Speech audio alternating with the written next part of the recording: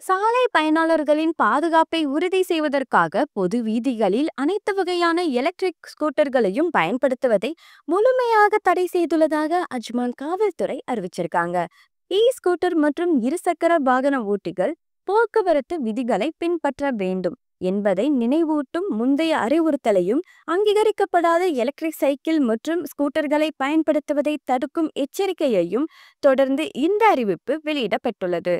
இந்த அறிவிப்புடன் தலைக்கவசம் உள்ளிட்ட பாதுகாப்பு உபகரணங்கள் இல்லாமல் பயணம் செய்தல், ஒரு வழி சாலைகளில் தவறான வழியில் பயணித்தல், வெளியேறும் வழிகளில் இருந்து சாலைகளுக்குள் நுழைதல் மற்றும் பாதசாரிகள் கடக்கும் இடங்களை பாதுகாப்பற்ற முறையில் பயன்படுத்துதல் போன்ற மீறல்கள் குறித்த வீடியோவையும் ஷேர் பண்ணியிருக்காங்க.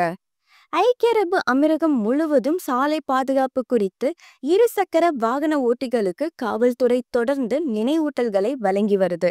அபுதாபியில் 3 நபர்கள் பொருத்தமற்ற பகுதிகளில் ஸ்கூட்டர்களை ஓட்டுவதை காட்டும் வீடியோ ஒன்றினை சமீபத்தில் அபுதாபி காவல்துறை வெளியிட்டது.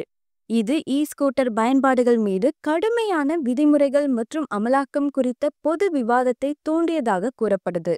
துபாயிலும் இது போன்ற சம்பவங்கள் அவ்வப்போது நடக்குது. இத்தகைய சூழலில் துபாயில் RTA மற்றும் துபாய் காவல்துறை இணைந்து சைக்கிள் ஓட்டுபவர்கள் மற்றும் ஸ்கூட்டர்கள் விதிமீறல்களை கண்காணிக்க ஒரு சிறப்பு பிரிவு தொடங்கப்பட்டிருக்கதா கூறுது. ஆகவே அமெரிக்கத்தில் நியமிக்கப்பட்ட பாதுகாப்பான மண்டலங்களில் மட்டுமே ஸ்கூட்டர்களை பயன்படுத்துமாறு குடியிருப்பாளர்களை சொல்றாங்க. மேலும் இது போன்ற லேட்டஸ்ட் ஐக்கிய அரபு அமீரக செய்திகளுக்கு நம்ம கலீஜ் தமிழ் சேனலை சப்ஸ்கிரைப் பண்ணுங்க.